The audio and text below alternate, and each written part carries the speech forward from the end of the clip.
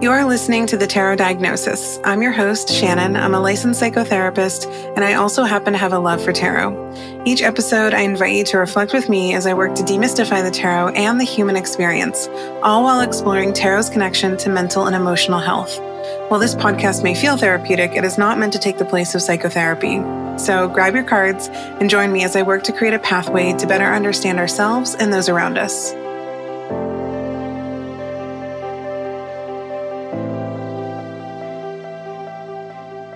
Hello, and welcome to a brand new Year of the Tarot Diagnosis podcast. I'm recording this episode the very first week of 2025, and I'm feeling a mixture of excitement and trepidation for the year ahead. I think personally and collectively that this year is bound to bring with it lots of moments of joy and excitement and adventure, but also some inevitable discontentment, discomfort, pain. And while I, along with all of you, would love to be able to avoid the painful, uncomfortable stuff, I accept that it is a natural and unavoidable part of our human existence, though I often wish it wasn't so. But I am feeling pretty excited about this episode because it's all about the Year of the Hermit. And I have really been leaning into collective year energy this year. The last couple years, I've thought about it and maybe did a spread or two, maybe had some discussions in the community about it, but never felt really close to it. But there's something about the Hermit energy and archetype that I am just really loving. And so for those of you who are kind of like, what are you talking about? How do you know it's the Year of the Hermit?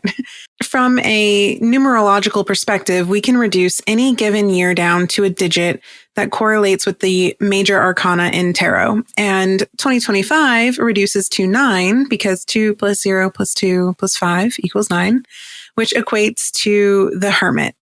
And yeah, like Hermit energy just feels really needed right now, I think personally and collectively. And what's cool is I've seen a lot of chatter amongst the community on social media and the symposium just about folks feeling excited about this being a Hermit year. And yeah, I'm right there with you. I'm very much welcoming Hermit energy. I also have a little bit of a confession to make. So I recently picked up this new to me tarot book, and I've been really picky about my tarot books lately, but I got this one because the authors really picked apart the images of each of the cards and focused on very specific elements, which got me really excited and essentially inspired me to create an entire year-long guided journal / workbook related to the elements of the Hermit card. And funny story, this guided journal that I was working on was really only supposed to be like 15 pages, and it was going to be just a digital download. And yeah, I got a little carried away, and it ended up becoming nearly 200 pages and a full 12-month long journal with mini essays. And there's like 365 prompts, one for every single day of the year. There's rituals and activities and tea blends and tarot spreads. And it just became a whole damn thing. But it was really fun to make, and you can grab it as a fillable PDF digital download for only $9 at thetarotdiagnosis.com, or you can grab a physical copy, which a lot of folks had reached out and they were like, hey, like, are you going to offer a hard copy of this? Yes. You can grab it on Amazon, and the Amazon hard copy is $14.99, and that's all US dollars, but everything's available worldwide for you. So if you are interested in working with the Hermit, all year, that resource is available to you. But today, I want to spend some time extrapolating these elements that I was sitting with and really inspired by regarding this book, which actually, before I forget, the name of the book is called The Ultimate Guide to the Rider-Waite Tarot. And some of the elements that these authors chose to point out, I also decided to point out in this guided journal, such as like the lantern. It's probably the most important component, or at least most prominent. And then the light within the lantern, which is, usually depicted as the six-pointed star, and then the cloak or clothing. But there's also elements and components that I explore that these authors didn't. And I took it maybe a little bit from a more abstract point of view.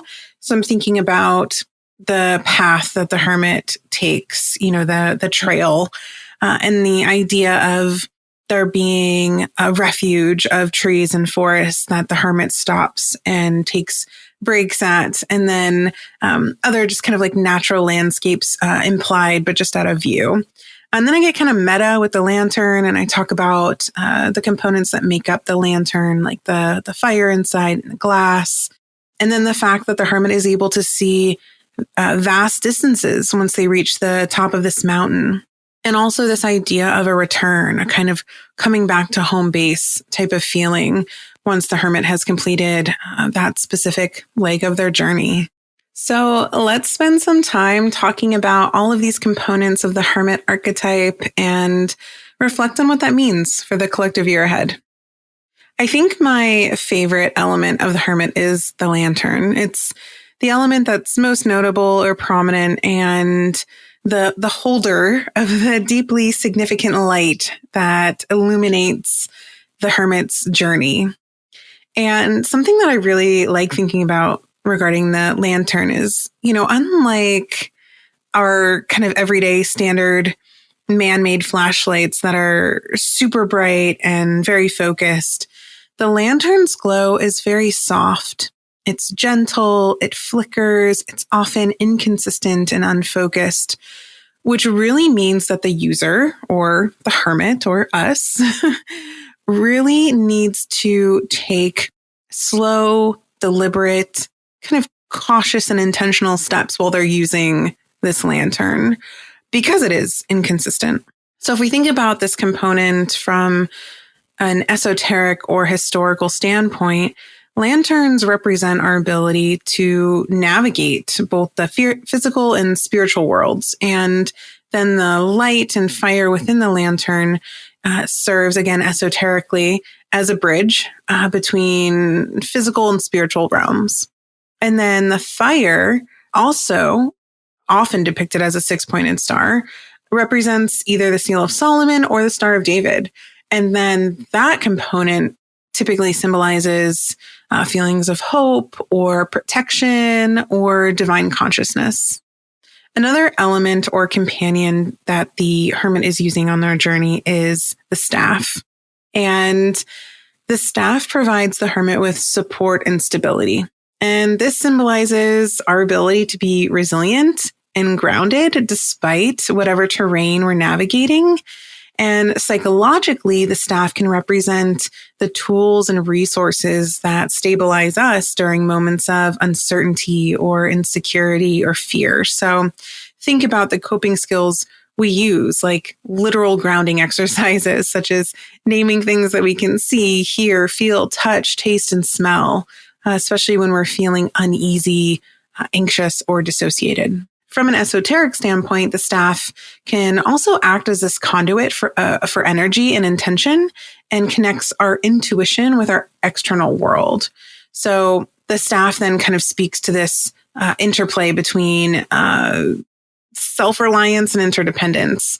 And then that emphasizes the importance of our resources, especially internal and external resources when it comes to feeling supported and sustained on our hermit journey. Another really important component or element of the hermit is the idea of the path that they're walking on.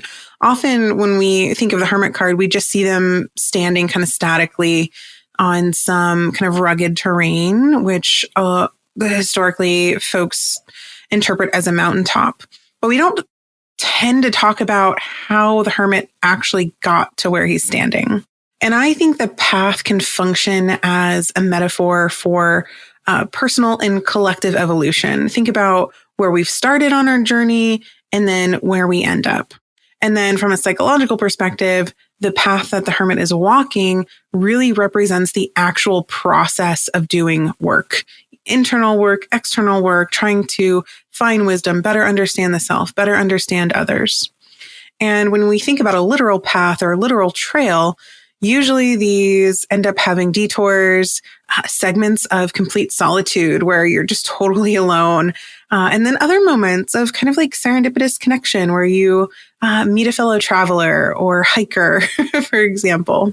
And esoterically, we can look at the path as signifying kind of the quest for personal enlightenment and also a sense of commitment to the self and just the world in general, being willing to walk this path and kind of figure out why we are the way we are, what we need, and how we can contribute to the greater world around us. And the mountaintop, which is typically what we see in the traditional imagery, can represent the climax of the hermit's journey. You know, like when we reach that point where it's like, oh my God, we reached the top of the mountain. This is amazing. This can symbolize experiencing a new perspective, gaining wisdom.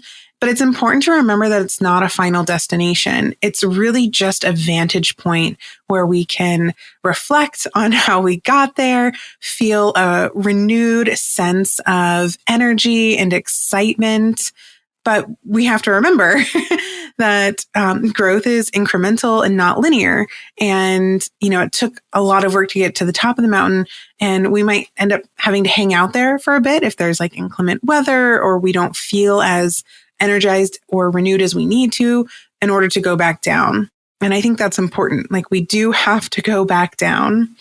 However, standing at the top of this mountain really kind of feels like the payoff because, again, we get that beautiful view of the horizon and it brings more of a sense of clarity and also a sense of, you know, accomplishment. But yeah, we're not done.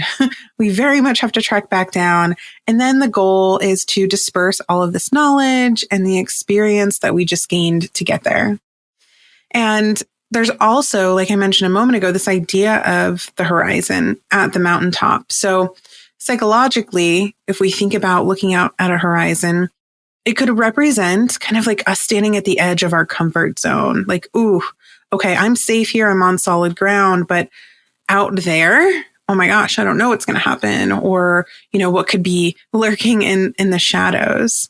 And I think it reminds us that growth is a continuous process. Just because we're at the mountaintop and we can see the horizon doesn't mean we're done. We can also look at the horizon through an esoteric lens and it being this kind of like sacred threshold where, you know, the physical world meets the kind of unknowable or unseen world.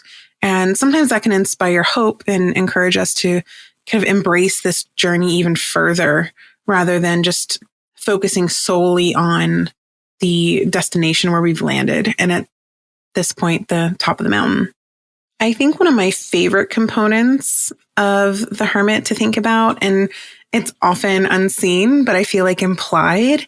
And that's the idea of there being a forest, woods, gardens, you know, the place that acts as a refuge on our journey.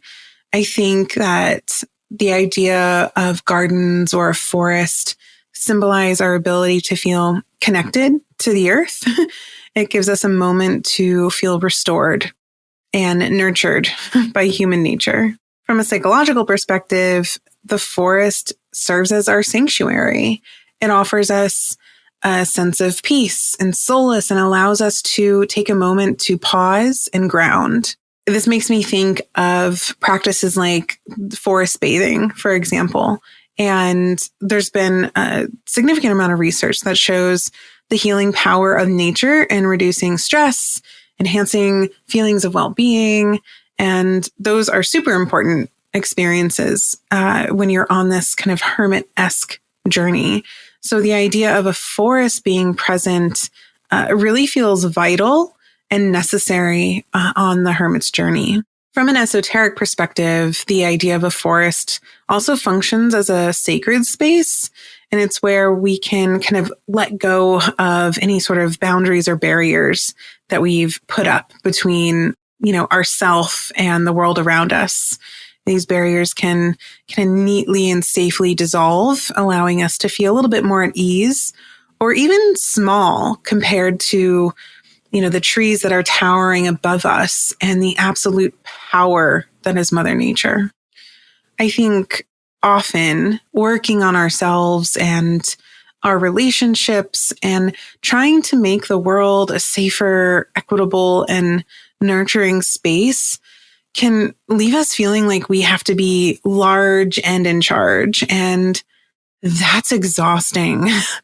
There is something so deeply relaxing when we realize that we are the size of a grain of sand, a tiny fleck of a tree's bark in comparison to the world and the universe. The forest on the hermit's journey offers us a moment to remember that and to feel how small we actually are.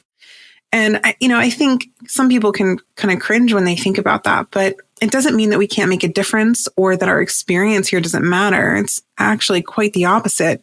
This feeling, this experience is just a reminder that our personal problems, our personal journeys are not as massive and daunting or insurmountable as we often think and feel like they are.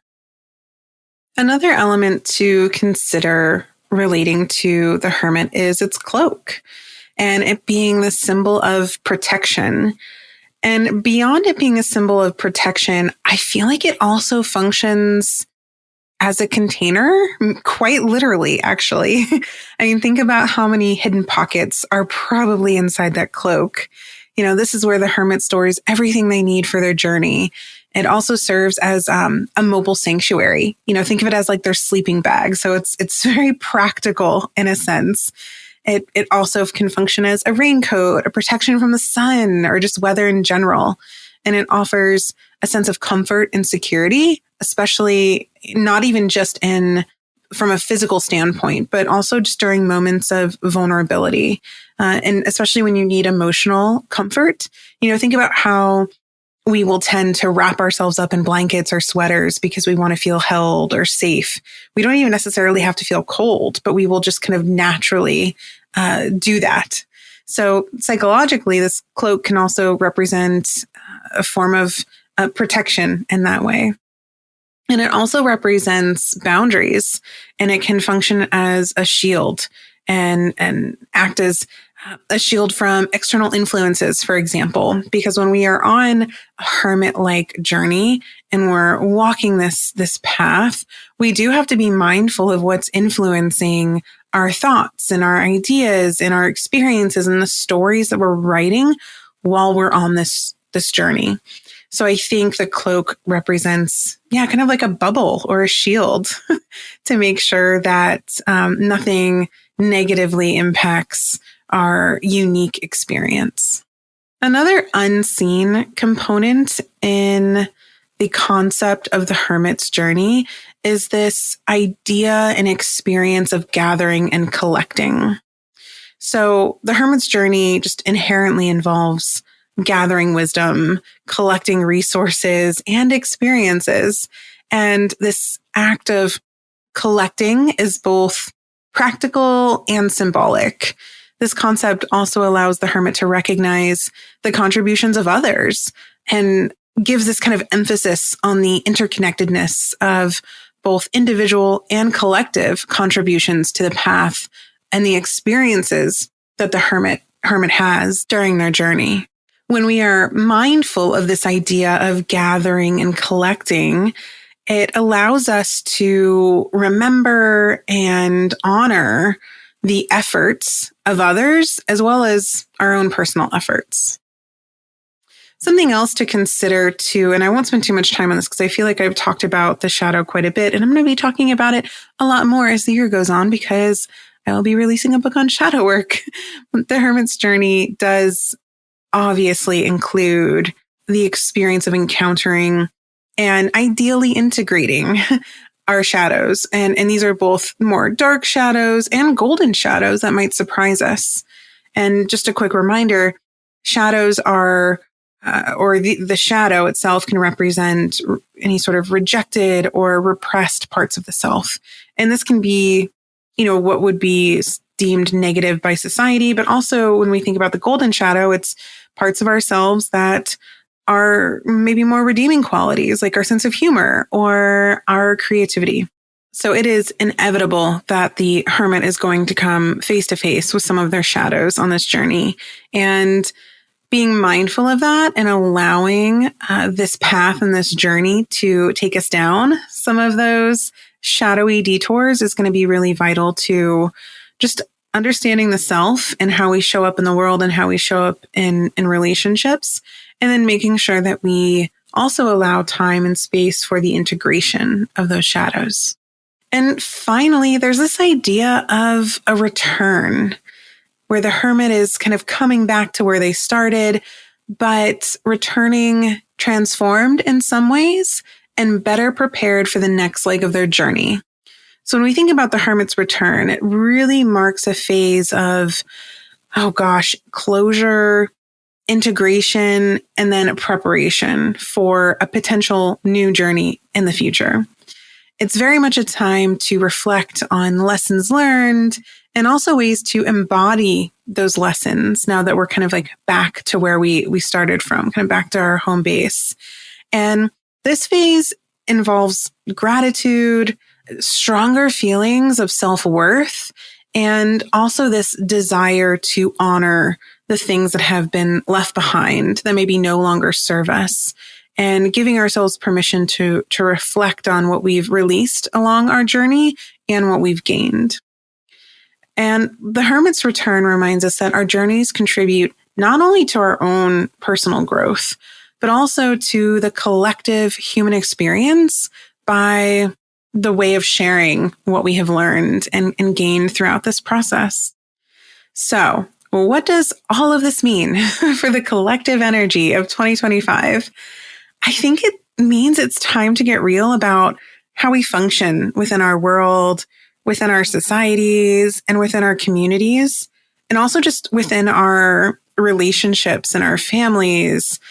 In what ways are we bringing in energy and ideas and knowledge and wisdom that is helpful versus harmful? And I think that the collective Year of the Hermit is an invitation to ask ourselves, how can we grow to be more open-minded and curious life travelers? I hope you all have an incredibly insightful, healthy, and prosperous Hermit year.